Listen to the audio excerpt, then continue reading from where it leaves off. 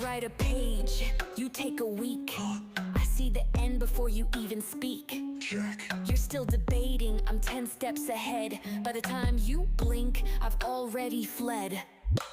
Laser focus, mind's in orbit. I decode the game before they sort it. Slow me down, nah, not a chance. I'm the glitch they never planned. She's too fast. She's too loud. It's gotta be AI. Not normal. There are characters audiences love because they are reassuring, and others they think they understand too quickly because those characters soothe their need for a simple moral framework. Glinda is more dangerous than that. She is neither a pure innocent nor a villain hiding under ribbons.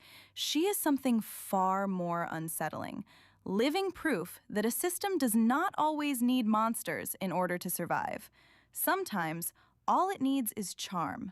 Sometimes, all it needs is the right face, the right tone, the right femininity, the right way of smiling while violence keeps going, discreet, well-groomed, perfectly socialized. And that is precisely why Glinda deserves to be looked at differently. Not to condemn her in some stupidly simplistic way, but to understand how softness can become a political technology. What Wicked captures with almost wicked precision is that popularity is never neutral.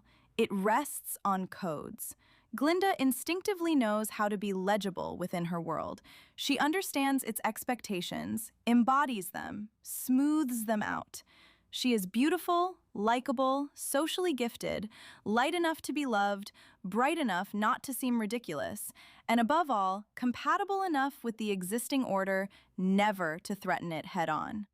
Social psychology has a name for part of this phenomenon, the halo effect, that bias through which one perceived positive quality, beauty, charm, elegance, confidence, bleeds into our judgment of totally unrelated traits, such as morality, intelligence, or reliability.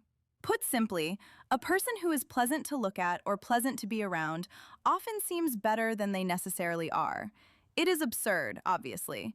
It is also incredibly common, and it explains a great deal about the way certain figures become spontaneously credible, reassuring, almost virtuous through sheer aesthetic coherence. Glinda benefits from that logic, but she is not reducible to it. What makes her so interesting is her ability to turn conformity into social grace. Britannica reminds us that normative conformity rests on the desire to be liked by the group, or, at the very least, not rejected by it. It often produces public compliance, not necessarily deep private conviction. In other words, people can adopt the codes of a system less because they truly believe in it than because they understand the social price of resisting it. Glinda does not function as some cartoonishly opportunistic climber. She embodies something much more subtle, the kind of relational intelligence that allows a person to survive within a structure by moving with its contours, sometimes without even feeling as though they are participating in its brutality. That is the real subtlety of the problem. Structures adore people who make them feel lovable. And then there is the question of femininity, which is impossible to avoid here. Because Glinda is not simply popular, she is popular in a very coded way. She represents a socially rewarded form of femininity built out of charm, warmth, softness, and immaculate self-presentation. That is not trivial. The research highlighted for years by Harvard Business Review on women and the likability penalty has shown that women often pay a social price when they become too visibly competent, ambitious, or powerful. The more they succeed according to valued standards, the more likely they are to be perceived as less likable. In other words, society wants women to be capable, but ideally without the sharp edges of actual capability. Not too assertive, not too hard, not too clear-cut, not too impossible to contain. Glinda, meanwhile, has mastered the game. She reassures the social gaze. She offers that extremely profitable blend of normative femininity and relational efficiency. She is the premium social version of acceptability. That is precisely why she can participate in the machine without needing to think of herself as complicit. And that is where the character becomes formidable, because she touches on a very contemporary truth. Many people do not support unjust systems through open cruelty, but through elegant compatibility. They know how to speak the group's language, smooth over tensions, cushion conflicts, keep everything running without ever directly naming what is being sacrificed in the process. Conformity is not always some crude act of submission. It can be a refined performance of social survival.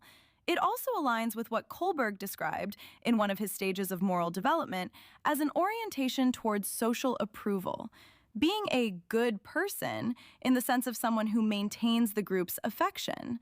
The problem, obviously, is that a group can judge as good the person who protects its comfort rather than the person who defends the truth. And that is how perfectly sincere softness can become the velvet glove of an unjust order. Modern brutality is especially fond of that kind of face, not because it is necessarily lying, but because it absorbs impact. It softens the moral shock. It gives power an appearance of decency. It turns the unacceptable into something manageable, ambient, socially digestible. From that angle, Glinda is not just a character. She is a social mechanism. She shows us how systems select and reward those who know how to make their violence less visible, less noisy, more presentable.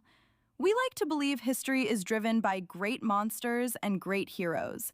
In reality, it often moves forward thanks to agreeable figures who make the order of things livable for others and morally bearable for themselves. It is less dramatic than a tyrant. It is also much more common. So no, the point is not to reduce Glinda to some cynical accomplice. That would be too simple, which is to say, too false. The point is to see in her that unsettling truth. Popularity, beauty, softness, and respectability can all function as forms of social capital that protect, legitimize, and sometimes even launder structures we no longer need to defend explicitly. It is enough to embody them well. And maybe that, ultimately, is the real question Wicked leaves behind. How many times do we still confuse an agreeable person with a just one, a beloved person with an innocent one, a smile with moral proof? If this episode spoke to you, you can keep going on my website. You'll find the full world of ink and acid there, my books, my essays, my music, and the complete scripts of the podcast. Enough to keep the analysis going, reread everything with a cooler head, and, let's be honest, keep dissecting beautiful facades before they swallow us whole. Too fast. Too much. She thinks too big. She moves too quick. Not normal.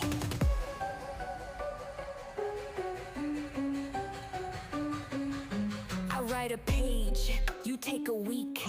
I see the end before you even speak. Check. You're still debating, I'm 10 steps ahead. By the time you blink, I've already fled. Laser focus, minds in orbit. I decode the game before they sort it. Slow me down, nah, not a chance. I'm the glitch they never planned. She's too fast. She's too loud. It's gotta be AI. Not normal.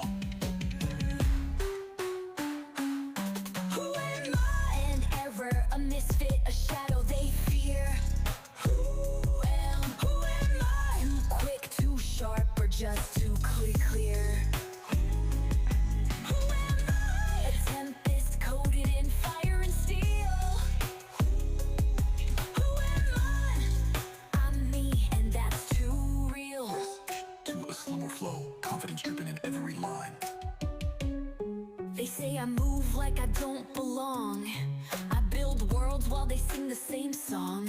One step, two step, I break the mold. Blueprints burned, I make my own gold. She's working too fast, must be a cheat. Not just a mind, they can't compete. She's got no patience, she's over the top. Not just a vision that won't be stopped. Too fast. Too much. Too strong.